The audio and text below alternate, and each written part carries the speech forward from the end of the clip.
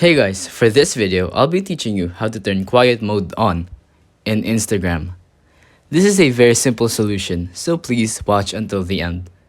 First, you'll need to open Instagram. You will be taken to your homepage. The homepage is where you can see all the posts posted by people you follow or just generally posts that are recommended to you by the algorithm. Now, how do you turn quiet mode on and what is it about? Quiet mode silences or turns off your notification alerts from Instagram.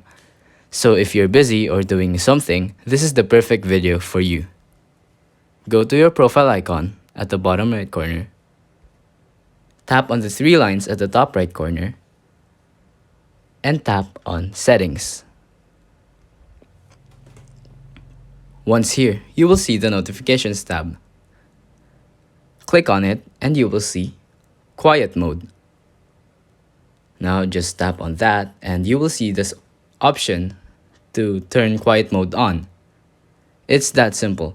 If you think this video is helpful, please consider liking, subscribing, and hitting the notification bell. If you have any questions, feel free to comment down below.